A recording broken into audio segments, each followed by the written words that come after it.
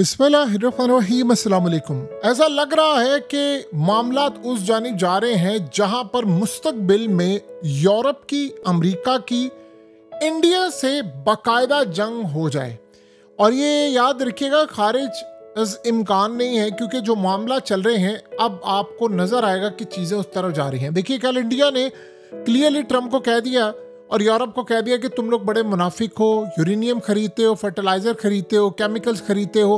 और इस सूरत हाल के अंदर यूरोप को कहा कि तुम लोग गैस खरीदते हो और हमें मना करते हो तेल से। ट्रंप ने कहा जी मैं आपको अब सजा देने जा रहा हूँ। अब हुआ क्या है, हंगामी बेसिस पर अजीत डोवल जो नेशनल सिक्योरिटी एडवाइज़र है इस वक्त रशिया पहुँच रहे हैं। और जाहिर सी बात है, national security adviser Ajit Doval का वहाँ पर पहुँचना कोई आम बात नहीं है। अब सवाल यहाँ पर यह पैदा होता है कि चलिए कोई वजीर ख़जाना पहुँचता, फाइनेंस मिनिस्टर पहुँचता, तो हम कहते हैं कि इस सूरत हाल में बहुत सारे मामला होने के लिए जा रहे हैं ट्रेड के हवाले से। लेकिन अजीत डोवल का पहुँचना वो भी तब जब डोनाल्ड ट्रंप ने धमकी दी है। ये क्लियरली नज़र आ रहा है कि अमेरिका जो टैरिफ आयद करने जा रहा है इस पर एक बड़ी जंग मुतवक्के है। और अजीत डोवल असल में जो विजिट करने के लिए जा रहा है वो भी अर्जेंट। देखिए, ये बड़ा क्लियर पैगाम देने जा रहा है कि हम रशिया के साथ अपना मिलिट्री अलायंस बनाने के लिए जा रहे हैं और इसके अलावा बहुत सारे मामलात होने के लिए जा रहे हैं। अब ये बहुत सारे मामलात क्या हैं? देखिए, सबसे पहले तो आप ये समझ लें कि एक तो ये न्यू पेमेंट सिस्टम बनाने जा रहे मैकेनिज्म, जिसमें अमरीकी डॉलर को खैराबाद किया जाएगा और ऑयल ट्रेड मुकम्मल तौर पर की जाएगी। ये अब सबसे बड़ा है। उसके बाद मिलिट्री और इंटेलिजेंस कॉपरेशन होने के लिए जा रहा है, जो कि अमेरिका और नेटो की मूव्स के जवाब में होगा। क्योंकि ट्रंप ने यहाँ पर रुकना नहीं है। खाली ये मामला थोड़ी है कि डोनाल्ड ट्रंप ने टैरिफ लगाना है और उसके बाद वो चुप करके बैठ जाएगा। वो मिलिट्री अलायंस भी होगा, वो लड़ाई के लिए भी आगे जाएंगे। आप बताइए कि क्या इस सारी सूरत हाल में 2 दिन के अंदर उसने न्यूक्लियर सबमरीन भेज दी है रशिया पर अटैक करने के लिए। तो क्या ये मूव आपने आज से पहले देखी थी? आप महीना पीछे चले जाए तो यही ज़ेलेंस्की था जिसके ऊपर डोनाल्ड ट्रंप को गुस्सा था और पुतिन पर वो सदकेबारी जा रहा था। और अब रशिया को अटैक करने के लिए आप इमेजिन करें कि उसने यहाँ से रवाना कर दिया न्यूक्लियर सबमरीन। तो वो क्या इंडिया के खिलाफ नहीं कर सकता? बिल्कुल वो कर सकता है। और इन लोगों का आप ध्यान में रखिएगा, ये वो लोग होते हैं जो किसी वक्त कुछ भी कर सकते हैं। अब यहाँ होने के लिए क्या जा रहा है? देखिए, इंडिया अभी डायरेक्ट मिलिट्री अलायंस नहीं बनाएगा, लेकिन वो एक स्ट्रेटेजिक अलायंस बनाने के लिए जा रहा है, जिसमें होगा क्या कि इंडिया एक तो अमेरिका का प्रेशर रिजेक्ट करने जा रहा है। दूसरा, अब एक बड़ी अजीब बात है जो आप हैरान होंगे कि रशिया असल में क्यों बुलाया है अजीत डोवल को। वो ये चाह रहे हैं कि रशिया, चाइना और इंडिया एक एक्सिस बना ले ब्रिक्स प्लस करके।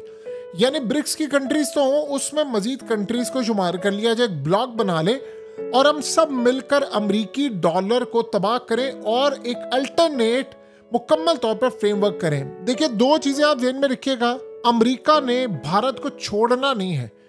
अटैक कर दें, चाहे खालिस्तान की तहरीक के पीछे वो खड़े हो जाएं, चाहे वो इनके मुल्क में होने वाली ह्यूमन राइट्स को उठा ले। अब अमेरिका ने छोड़ना नहीं है भारत को। सवाल ही पैदा नहीं होता किसी सूरत छोड़ें, क्योंकि एक तो उन्होंने कह दिया है कि जी हम रूस से तेल लेने के लिए जा रहे हैं और अमेरिका जो इस वक्त सूरत हाल चाहता है, देखिए उसमें एक अहम डेवलपमेंट ये है कि ये S-400 की डिलीवरी अर्ली बेसिस पर करवाने जा रहे हैं। और अजीत डोवल उनको जाकर कह रहा है कि आप हमें फौरी तौर पर S-400 प्रोवाइड करें। पॉसिबिलिटी है, जाहिर सी बात है, पाकिस्तान के खिलाफ एक जंग छिड़ जाए, अमेरिका उधर बहुत सारी कोई पाबंदियां नहीं लगा दे और वो डिलीवरीज ना हो पाए और बहुत सारे मामला ना हो पाए। इस सूरत हाल में वो कह रहे हैं कि हमें अर्जेंट बेसिस पर S-400 की जो डिलीवरीज है जो आपने 2026 में करनी है उसको अर्जेंट बेसिस पर करें। और इस सूरत हाल में वो S-400 मुकम्मल तौर पर लेने के लिए जा रहे हैं जो उनकी रिमेनिंग डिलीवरी से, और मजीद ऑर्डर करने के लिए जा रहे हैं। सो ये एक बात तो आप ज़हन में रखिएगा, इस वक्त ये सारे मामला होने के लिए जा रहे हैं। लेकिन इसमें एक सबसे अहम डेवलपमेंट है जो बड़ी समझने वाली है। वो ये है कि एक तरफ ये मामला हो रहे हैं और दूसरा रशिया असल में खुश बहुत ज़्यादा है कि इंडिया ने स्टैंड ले लिया है और वो इंडिया को प्रेशराइज कर रहा है कि मैं तुम्हें बड़ा लेवरेज दूंगा, तेल मजीद सस्ता दूंगा, तुम्हें बहुत ज़्यादा डिस्काउंट दूंगा तुम्हारे डिफेंस प्रोडक्ट पर, क्योंकि जाहिर सी बात है उनका बड़ा नुकसान होने वाला है और इंडिया ने स्टैंड लिया। वो असल में चाइना के लिए भी यही फेवर दे रहा है। इंडिया ये कह रहा है कि भाई हम उनसे तेल सस्ता लेकर अपनी इकोनॉमी को ठीक करें, और वो धड़ाधड़, आपको पता है कि उनके मल्टीपल ऑयल टैंकर्स इस वक्त इंडियन पोर्ट पर पहुंच चुके हैं। लेकिन जो वो चाह रहा है कि इंडिया और चाइना की किसी तरह दोस्ती हो जाए, इनकी लड़ाई आपस में खत्म हो जाए और ये एक प्लेटफॉर्म पर आ जाए।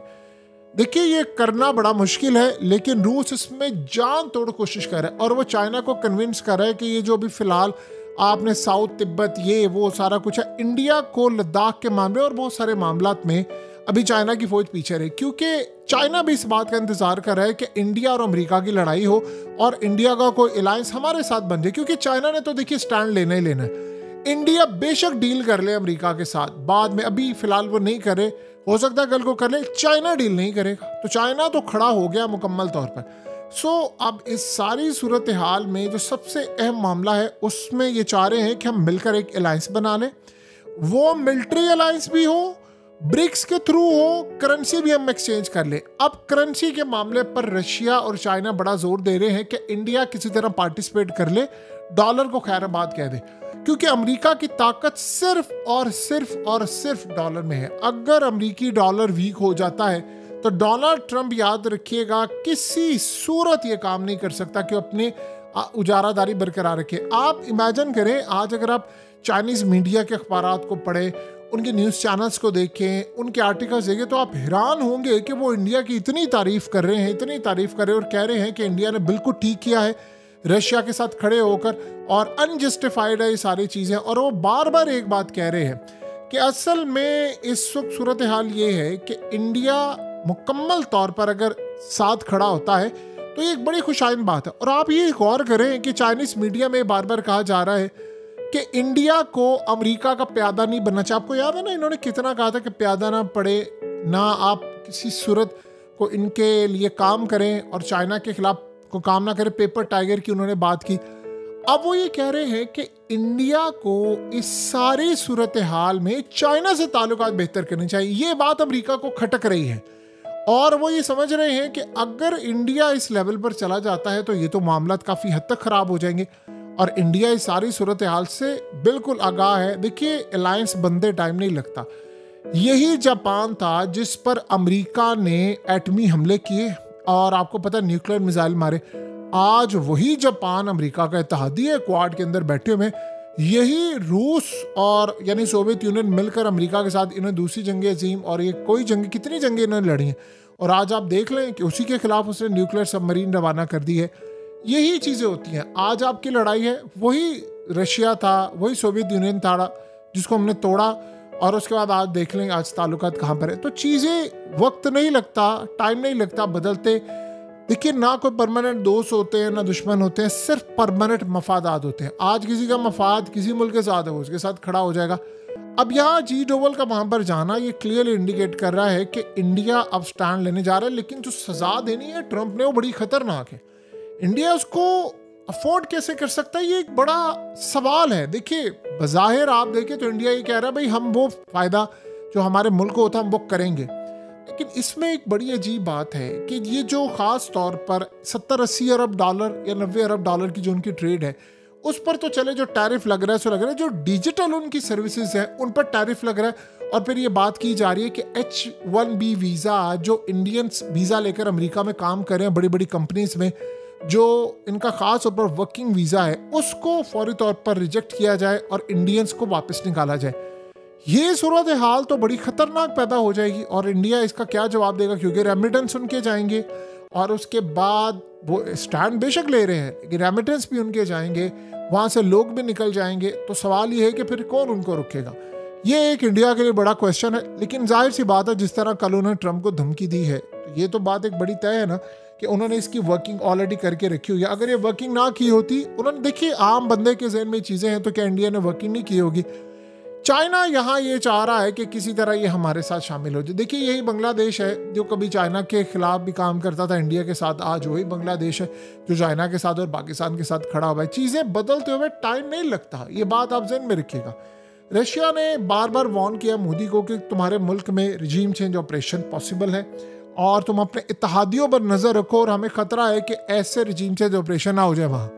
बहरहाल अगले कुछ दिनों के अंदर चीज़ें बड़ी वाज़ेह होने के लिए जा रही हैं, लेकिन एक बात तय है, ये कि लड़ाई यहाँ ख़त्म नहीं होने वाली और पॉसिबिलिटी है कि रशिया और इंडिया मिलकर यूरोप और अमेरिका के खिलाफ एक अलायंस बनाए और जंग की तैयारी भी करें, क्योंकि रशिया पर तो जंग छिड़ने वाली है, ये तो आप ज़हन में रहे। लेकिन क्या उस जंग में इंडिया को भी लपेट लिया जाएगा, ये एक बहुत बड़ा सवाल है और अगले चंद दिनों के अंदर चीज़ें मज़ीद वाज़ेह होंगी। ट्रम्प का इंतज़ार है, वो क्या धमकी लगाने वाला है, क्या अलायंस हो रहे हैं, क्या मामला हो रहा है, ये सिर्फ चंद घंटों और चंद दिनों की बात है। आपको पता चल जाएगा कि कितनी बड़ी लड़ाई होने वाली है।